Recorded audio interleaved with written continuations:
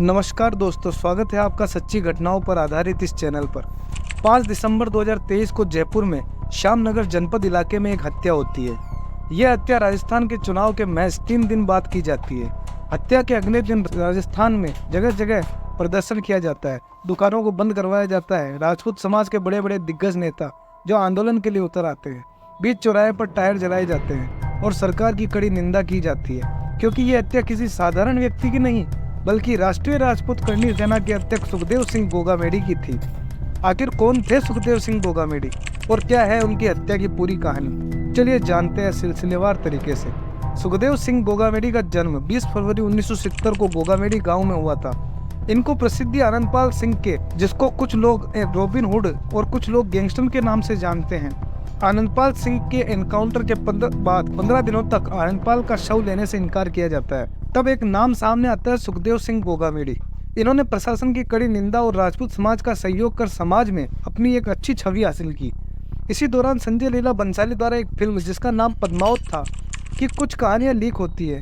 कहानियां लीक होते ही वह राजपूत की शान के खिलाफ नजर आती है।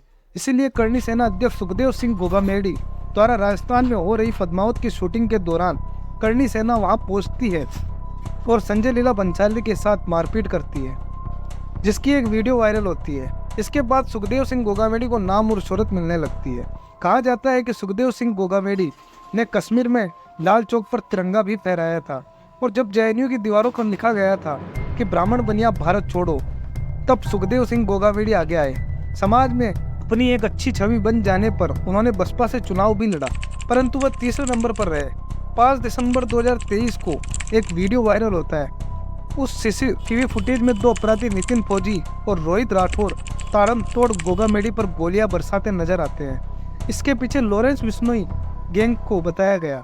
इससे पहले भी सुखदेव सिंह गोगामेडी को कई बार धमकियां मिली थी और पंजाब पुलिस में राजस्थान पुलिस को 14 फरवरी 2023 को एक लेटर के जरिए बताया था कि सुखदेव सिंह गोगामेडी की हत्या होने वाली है, परंतु राजस्थान सरकार और प्रशासन ने इस बात को गहनता से नहीं लिया।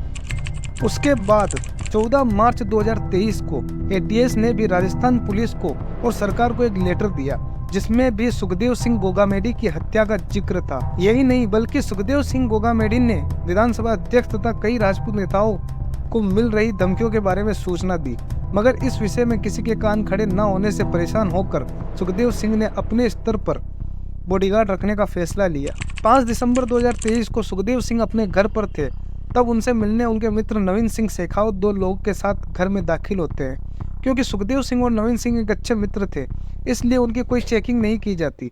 पहला शख्स, जिसका नाम नितिन फौजी था, और उसके साथ एक अपराधी रोहित राठौड़ वीडियो में सोफे पर बैठे नजर आते हैं। मात्र 10 मिनट के अंदर ही नितिन फौजी उठकर निहत्थे सुखदेव सिंह पर गोलियां बरसाने लगता है। बता दें, नितिन फौजी आर्मी में तैनात था और छुट्टी लेकर घर आया हुआ था। 17 गोलियां चलाने के बाद वह सुखदेव सिंह के साथ नवीन सिंह शेखावत पर भी गोलियां चलाने लगते हैं, परंतु सुखदेव सिंह वही दम तोड़ देते हैं। उसके बाद अपराधी बाहर फायरिंग करते हुए निकलते हैं। भागते हुए उन्हें स्कूटी सवार हेमराज दिखाई देता है। अपराधी स्कूटी छीनने का प्रयास करते हैं, परंतु हेमराज विरोध करता है। इसके चलते रोहित राठौड़ नितिन फौजी हेमराज पर गोलियां चलाते हैं, जिस पर वह गंभीर रूप से घायल हो जाता है और इस तरह अपराधी वहां से भागकर निकलने में सफल होते हैं।